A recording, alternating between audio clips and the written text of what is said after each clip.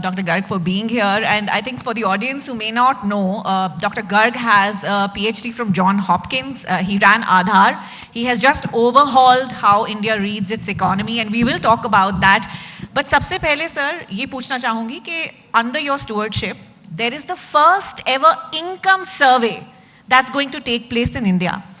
कैसे सवाल पूछेंगे आप कि भारतीय जनता आपसे सच्चाई में ये कन्फेस कर पाए कि इनकम क्या है? Because look at the number of people who actually pay income tax in this country. Surprisingly, the income survey is going on and the progress is extremely good. The kind of support and cooperation that people are giving, it's even exceeded our expectations. And you asked why are we doing this? Is internationally, if you look at it, a number of countries do it to get a better sense of how the income distribution is there in the country. And this was one data gap that was there in India. We had tried it back a few decades back. We did make attempts, but I think it was the fear of whether people will talk about it or not, and that held us back. But given the fact that we only use it for statistical purposes, in fact, when we go to any house, we say that we are not from any tax authority or an enforcement. We are from a statistical and only for data purposes, and we keep the data confidential. And I think that helps us to get better responses. So what are the kind of questions that are asked in an income survey? Obviously, there are some direct questions asked of what are the sources of income, whether agricultural, non-agricultural, from business, from other sources. There are some questions also of the kind of assets that are owned by the individuals and households. But the focus is on different sources of income. And we don't ask expenditure in this. There's a separate thing we do once in 3 years on consumption expenditure. And people do respond to it. And what are the kind of savings they have. We only ask round figures. We don't ask for very specific numbers in that sense.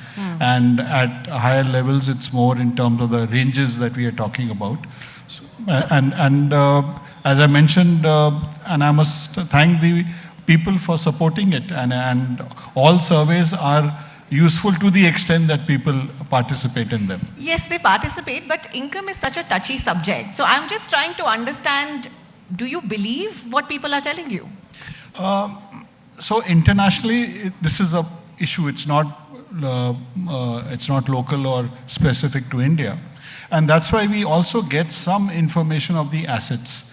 So it helps to get a kind of a triangulation done, a validation done of the kind of income that they are talking about. And there are methods, statistical methods to correct, make these corrections. And these are internationally used, and we would be also using those to ensure that the validation is there. And as I mentioned, you get a sense of the income distribution. And that is what is more important. What is the bottom decile? What is the top percentile? So that is what is used for policy making. We are really not interested in knowing an individual household, what is the income of that. But given the fact that for policy making, you want to have an idea of the number of people, let us say, in the bottom decile, bottom 10% of the country, so that one can look at what policies are needed or interventions are needed. Sure. One big change that everyone's talking about, and it's something that you have overhauled, is how India reads its own economy. For someone who's not an economist, what has changed? For the ordinary person, what has changed?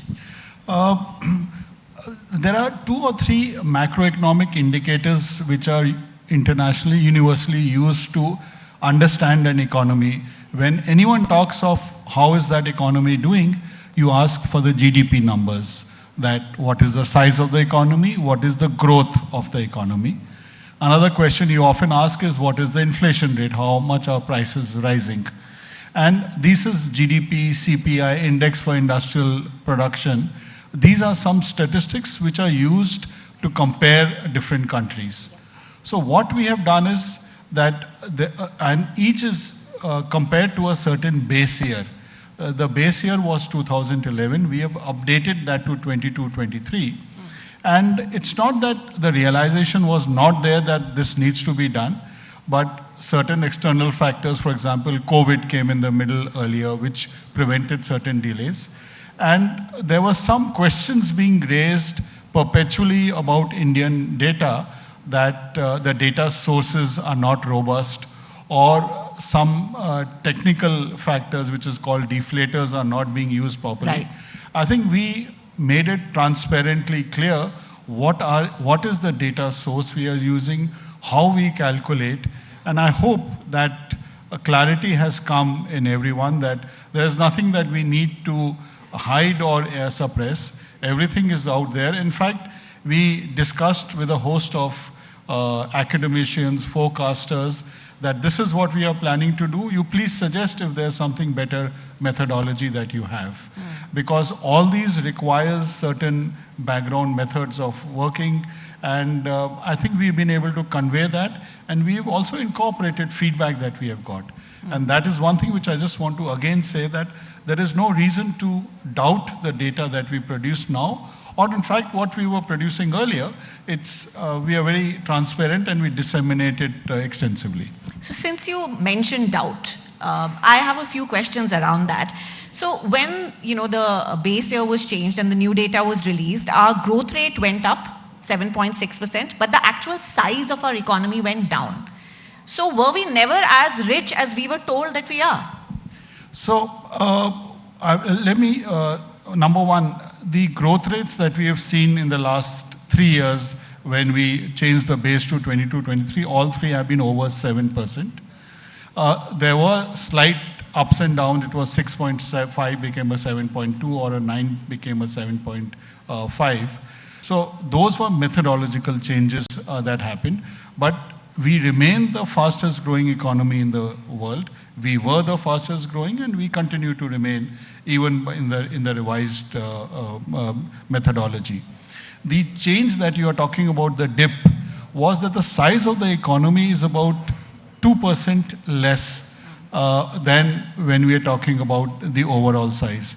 But a 2% less when we are in a size of 1 lakh crores of economies, that's the level that we are talking about, is not something which really substantially changes the fact that we are growing fast, and we will continue to do that. So it's a slight correction, I would say, and not anything which is substantially different from what happens internationally. Internationally, we looked at data of some 60 countries who had revised the base year over the past decade, and that differences or the change in the base year varied from, let's say, minus 10% to plus 20%. Ours was a minus 2%. So we're very well within the range of what happens when such changes occur. So I'm going to press on that a little bit more, because on the global stage, there have been doubts about the data that India comes out with. We are pitching to be the next great economic engine. But some of the sharpest minds and institutions have questioned our data. For example, IMF still puts an asterisk next to the numbers that India produces. The government's former chief economic advisor had actually published research arguing India's growth was overstated by about 2.5 percentage points every year. And he put real growth closer to 4.5% as opposed to the official 7%. So there is a credibility deficit. How are you looking to fix this credibility deficit? So let's first talk of the IMF asterisk, as you mentioned it. I think the asterisk was only on the basis of the fact that the base year was more than a decade old. In fact, we've put it out in the public domain, and the IMF, we've had discussions with the IMF. They have a constraint that if that base year is we had of 2011-12, it's more than 10 years old, that they put a question mark that this needs to be revised. There was never any doubt on the numbers that they have raised. What the second researcher that you mentioned, they have questioned the growth rate. And I think this is something that both the CA and myself have written in the newspapers in reply to that, that there are two areas where the questions was raised. One on the data sources, that the data for the informal sector was not being not being calculated in the right manner. And the second one was a technical one on the deflator that is used to bring current prices to constant prices. That could have been different. Both those, I don't want to get into the details of that, but on the data sources, we have, for example, an informal sector survey we do annually, and we are using that data for the calculation of the GDP. And had the data been so off that it was 2 or 3% per year, over a period of 10 years, the size of the economy would have been overstated by 30 or 40%, which was not the case. When we have revised the economy, there was a blip of only 2% compared to the 30 or 40% that is being talked about. So I think the fears have been overstated, and I think we need to believe in ourselves that the data that we are producing, and that's the reason we have brought out everything in the public domain, and every step we have done public consultations in Delhi, in Mumbai, in Chennai with academicians. And we would be very happy to engage again if required, if there are any doubts, and we would be very happy to clear them. Well, there's certainly been a lot of positive changes in the way that you're overhauling data sources and methodology. But I'll come back to that question of credibility, because we are talking about good data, making good policy. There are a huge number of independent economists who have spoken about, and we have to read between the lines here, that when the data is not painting a flattering picture for the government in charge, it is hushed. So I think, and that's why I would say in the Ministry of Statistics, we bring out what is called an advance release calendar. And we bring it out that we will be bringing out the CPI data on the 12th of every month, which globally is among the best international practice. We bring out the Index for Industrial Statistics on the 28th of every month. Every quarter, there's a fixed time when we bring out the GDP figures. And I think that is one step that we have institutionalized to ensure that the advance release calendar is met, so that these kind of issues which might happen, that it is not being brought out on time, get taken care of. In fact, we have been focusing on the timeliness of publication of our survey results, our other indices that we bring on regularly. And we are working with other ministries and departments also in this context. So Dr. Garg, you're talking about the timeliness of the release of data, but people are questioning that the data that is not flattering is actually hushed. So those are two different things. So if data which is stated to be brought out at a particular time is being brought out regularly, I think that issue of not releasing that data should not be a question. And what is more important is that that data is available in the public domain. And that's why we have institutionalized these data user conferences to discuss with academics, with researchers, that if they have any issues on the data, on the macroeconomic data of the country that is being brought out, we would be very happy to discuss with them and ensure that any doubts are taken care of. Okay, fair enough. Like I was saying, there are many new things happening under your leadership. We've already spoken about the income survey. There is also a services survey that is underway. Can you tell us why you thought it was important, and what kind of data points are you hoping to get? Sure. So if you look at the industrial picture or the GDP, industries is one component, agriculture is one component, and services is one component. And services now are more than 50% of the economy. This was a data gap that we had, that we have adequate data on the agriculture side. We had the index for industrial production and other manufacturing indices. But on the services side, we were not bringing out a regular index. And that's what is the gap that we are filling in. One, by soon bringing out an index of services production. And the second is having an annual survey of the service sector enterprises. We have an annual survey of industries, which takes care of the manufacturing sector. We have an annual survey of the unincorporated sector enterprises, which looks at the informal sector. But this was one gap that we have, so that we get a better sense of which kind of services are growing, what is the kind of employment growth that is happening, what is the value addition in that sector, so that it gives an indication to any private investor or even the government to get a better sense of what needs to be done if there's an intervention required, where would investments, private sector can look at where investments are required, where skilling might be required. So these are the kind of questions that we would be able to answer with the services sector survey and the index that we will bring out.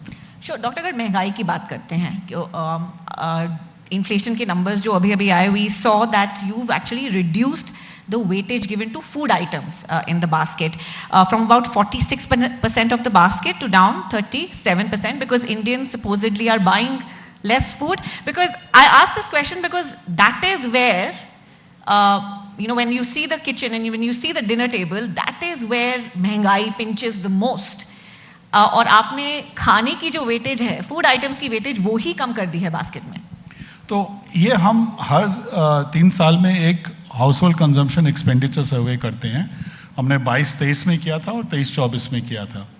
तो in that we saw that what are, and this survey constitutes both food and non food items. And जहाँ पे बढ़ोतरी हुई है is in areas like conveyance, in transport, in communication.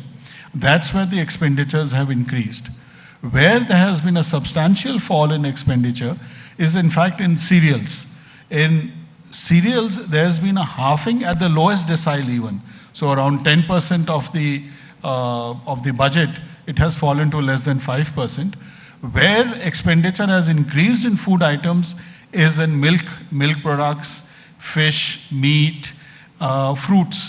So there has been a rise in the value addition, if I can put it, on more higher value products, which in a way reflects the fact that the incomes are increasing.